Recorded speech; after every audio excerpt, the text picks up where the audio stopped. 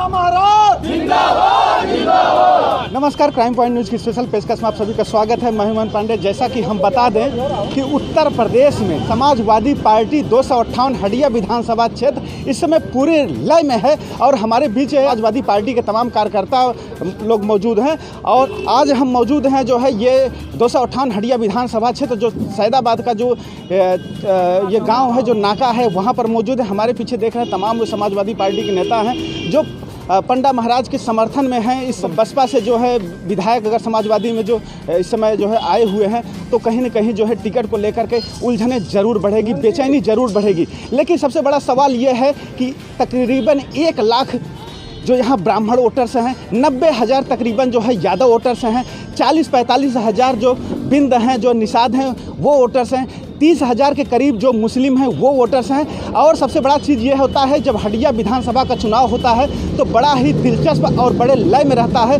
क्योंकि यहाँ पर जो है जब देखा जाए जब चुनाव हुए हैं तब यहाँ जाति समीकरण को लेकर के बड़े अरसे से यहाँ पर जो है लगातार कई बार जो है पूर्व कैबिनेट मंत्री राकेश दत्त त्रिपाठी का पूरा कब्जा रहा। हालांकि बड़े जो है चेहरे रहे यहाँ पर, ब्राह्मणों के बड़े चेहरे रहे। और अब देखना ये दिलचस्प होगा क्या हडिया की धरती किसी ब्राह्मण नेता को जो है चुनती है या फिर जो है जिस हिसाब से बसपा और जिस हिसाब से भाजपा या अन्य पार्टियां जो है कहीं न कहीं ब्राह्मण को लेकर के हडिया में अभी तक जो है हडिया में जो है ब्राह्मण उतारना जो है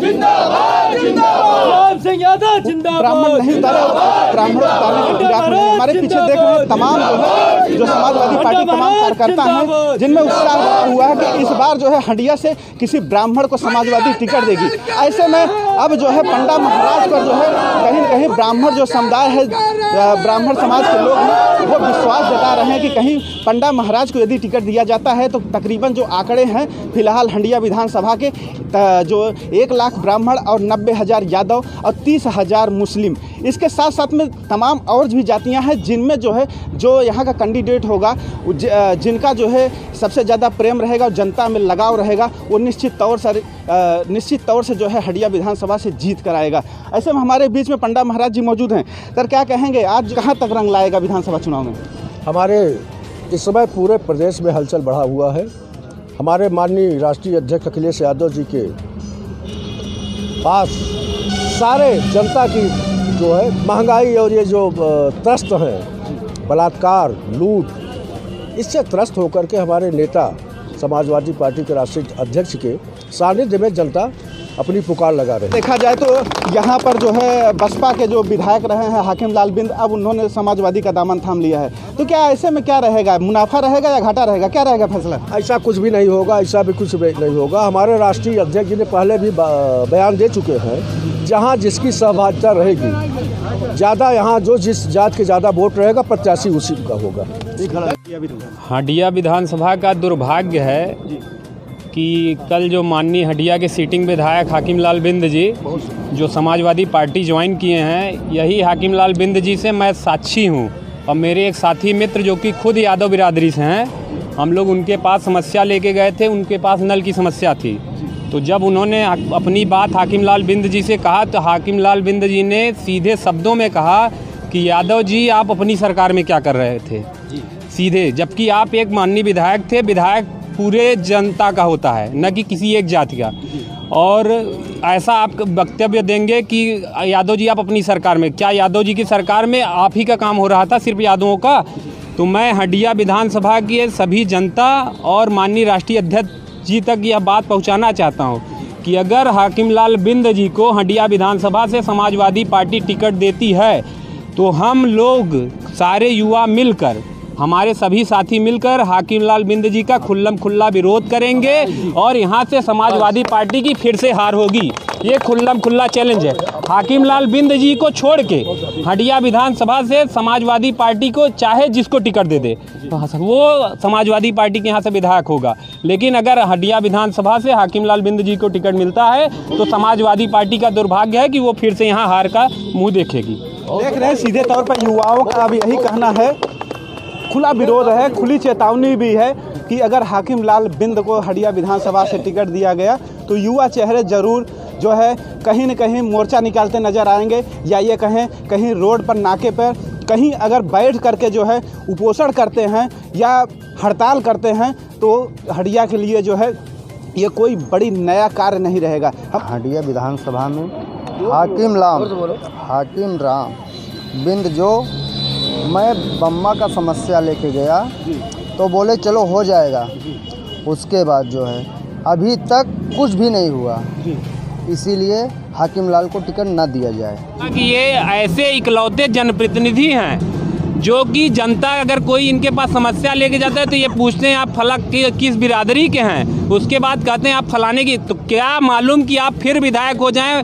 अगर कहीं आप फिर कहेंगे कि आप फिर ब्राह्मण जाएगा तो कहेंगे कि बीजेपी आप ब्राह्मण सरकार में क्या कर रहे थे, ठाकुर जाएगा आप कहेंगे ठाकुर सरकार में क्या कर रहे थे।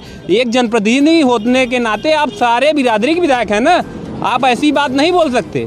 इसलिए हाकिम लाल बिंद जी का समाजवादी पार्टी में स्वागत है, परंतु अगर उनको टिकट दिया जाता है तो उनका खुल्लम खुल्ला हम लोग विरोध करते हैं। अभी वो आए हैं पार्टी में, 5 साल पार्टी की सेवा करें तब माने कि वो पार्टी में आए हैं ना। कल के आए दर बदलू नेता हैं, वो कल फिर हार जाएंगे फिर पार्टी चेंज करेंगे।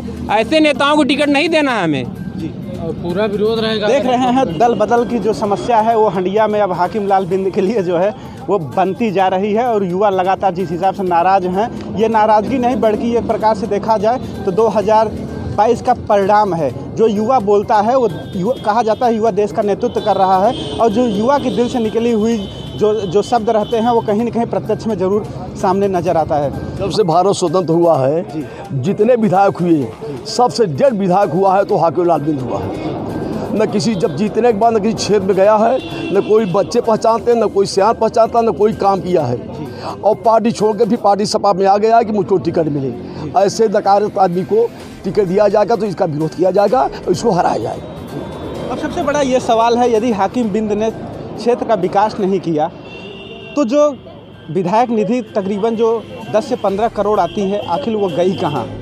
अब इसका फैसला तो जनता जनार्दन 2022 में ज़रूर करेगी, भले ही समाजवादी में हाकिम रहें या किसी अन्य पार्टी में जाएं, जवाब तो उनको देना ही पड़ेगा कि आखिर में जो कम से कम 10 से 15 करोड़ की जो निधि रही वो आखिर गई कहाँ। जो अपने विधायक निधि का प्रयोग किया है, उन्होंने वित्त विहीन स्कूलों को जो उनके परिचित खास स्कूल थे उन्हीं में जाके दे दिया है पैसा, और बाकी सार्वजनिक विकास के रूप में उन्होंने एक पैसा नहीं। तो यही हाकिम लाल बिंद जब पहली बार विधानसभा का चुनाव लड़ने आए, कम से कम 10 बार हम लोगों से हाथ मिलाने आए होंगे, लेकिन वही हाकिम लाल बिंद विधायक बनने के बाद जब हम लोग पहली बार अपनी समस्या लेके गए तो उन्होंने ऐसा वक्तव्य दिया, उसके बाद आज 4 साल हो गए हम लोग कभी हाकिम लाल बिंद के पास नहीं गए। अगर हाकिम लाल बिंद जी फिर से विधानसभा में वोटिंग मांगने आते हैं, खुल्लम खुल्ला उनके मुंह पे हम लोग कह देंगे कि हम आपको वोट नहीं दे सकते, आप जाइए बिंद से वोट मांगिए। आप क्यों आए हैं यादव के पास, क्यों आए ठाकुर पास, क्यों आए हैं ब्राह्मण के पास?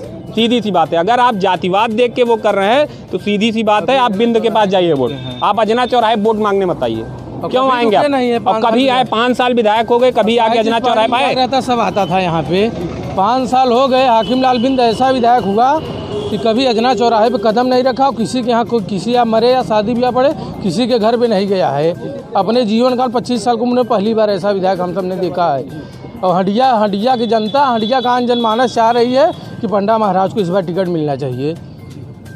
तो देख रहे हैं जिस हिसाब से युवा लगातार जो है अब सामने आकर के और विरोध प्रदर्शन कर रहे हैं, उससे तो यही अंदेशा लगाया जा सकता है कि 2022 में यदि समाजवादी पार्टी हाकिम बिंद को टिकट देती है तो ऐसे में जो है इस बार भी हार का मुंह, या ये कहें कि हंडिया विधानसभा में जो है बड़ी हार देखने को मिल सकती है।